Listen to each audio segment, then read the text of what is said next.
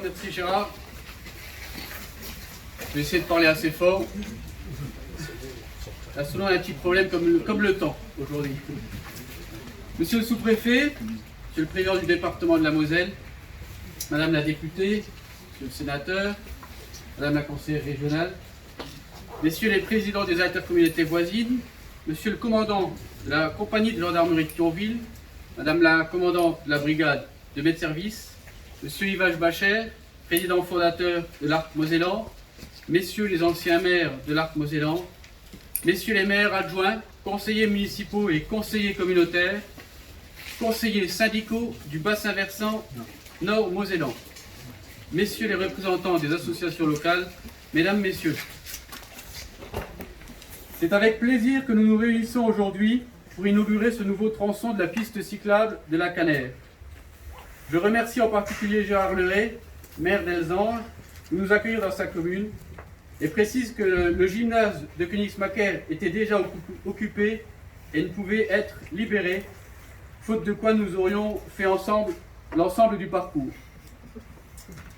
L'inauguration de ce jour est un moment particulier et démontre l'importance de la parfaite continuité républicaine. Cette piste cyclable a en effet été initiée dès les débuts de l'Arc Mosellan par Yves Bacher, puis engagée en travaux par Pierre Heine, et je l'inaugure aujourd'hui. J'associe à cette inauguration Jean-Yves Lecor, vice-président de la CCAM jusque juin dernier, Pascal Jost et Patrick Verweiler, vice-président actuel de l'Arc Mosellan, en charge respectivement des pistes cyclables, du tourisme et des travaux.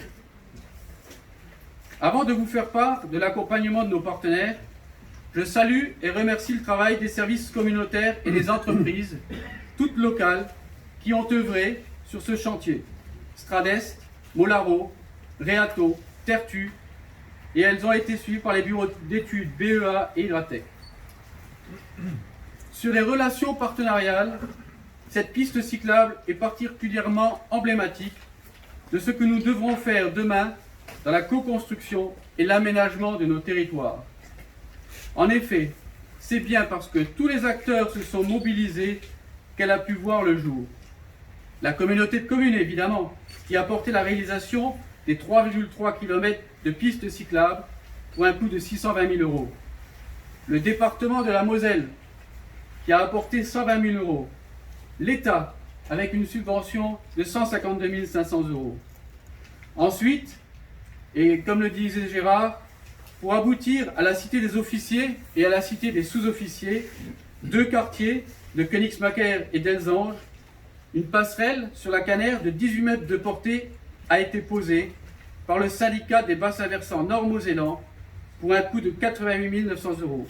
Et elle a été financée à 80% par l'Agence de l'eau et la région Grand Est. 26 000 € de la région et 44 000 € de l'Agence de l'eau. Un cofinancement possible puisqu'il s'est inscrit dans un appel à projet global portant sur la renaturation, la continuité écologique et la lutte contre les crues de la Canère. J'ajouterai enfin dans les partenaires qui sont évidents, les deux communes, les communes de Königsmacker et d'Elzange, et à travers elles, leurs maires respectifs, Pierre Zenner et Gérard Leray, qui ont mis à disposition le foncier, qui ont fait procéder aux échanges de terrain lorsque cela était nécessaire, et en particulier avec certains exploitants agricoles. C'est ainsi et grâce à la co-construction des projets entre communes et intercommunalités, et avec tous les partenaires, que nous développerons l'Arc Mosellan. Seuls, nous pouvons aller vite, et vous connaissez mon empressement à faire avancer nos projets. Mais ensemble, nous irons beaucoup plus loin. À travers cette piste cyclable, c'est aussi toute la question de la mobilité de nos usagers qui est soulevée. Pour ce faire et prendre ce dossier à bras-le-corps, Pierre Tacconi, premier vice-président de l'Arc Mosellan, maire de Guénange et conseiller départemental suppléant, a engagé les premières réflexions sur cette prise de compétence par la communauté de communes, dont les décisions doivent se faire avant le 31 mars prochain. Sur le développement des pistes cyclables, projet porté par Pascal Jost, nous avons là aussi décidé, dès notre installation, d'engager une étude de développement d'itinéraires qui s'inscriront dans une vision globale à l'échelle du département de la Moselle et du Nord-Mosellan en particulier. Ce schéma nous permettra de décliner nos projets et pouvoir mobiliser dès l'an prochain nos cofinanceurs, je les regarde sur les projets structurants, en particulier le département de la Moselle et l'État, qui sont toujours présents pour nous accompagner dans nos projets. Je me dois de dire un mot sur l'attractivité de notre territoire et l'importance de l'aboutissement de cette piste cyclable. Grâce à cette réalisation, nous allons pouvoir, depuis la piste de la Moselle, rejoindre le cœur de la vallée de la Canère.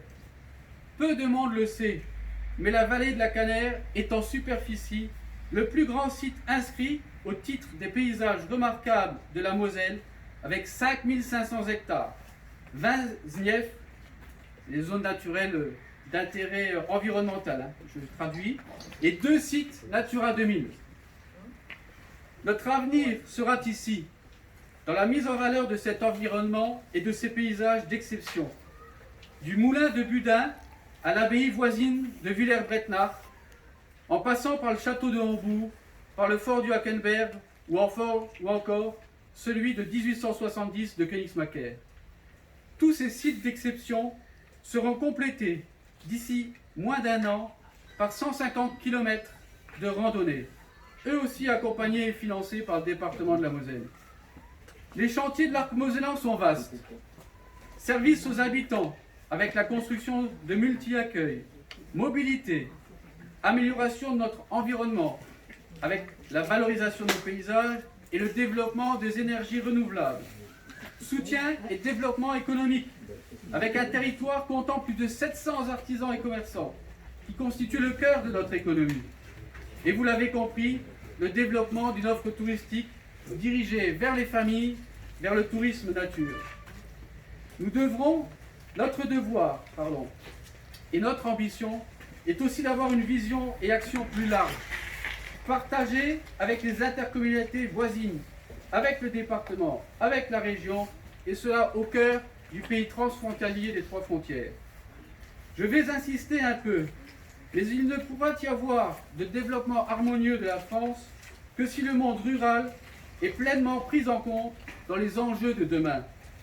L'arc mosellan dispose des ressources naturelles, 22 000 hectares de terres agricoles travaillées par 130 exploitants, 3 500 hectares de forêt communale.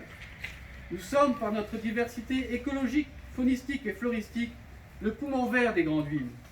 Nos campagnes ont de l'avenir, car elles sont une gage de qualité de vie. Et c'est aussi pour cela que nous connaissons la plus forte augmentation de population de la Moselle.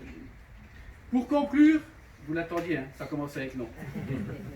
C'est ainsi, et dans cet esprit de co-construction, d'équilibre et d'équité, que nous bâtirons un avenir solide pour nos habitants, pour notre territoire de l'arc mosellan. Je vous assure, mes prochains discours seront plus courts. Et quant aux citations, je vais laisser Jean-Marie Mison, à mon avis, qui a l'habitude d'en faire tout à l'heure. Et je vous remercie de votre attention.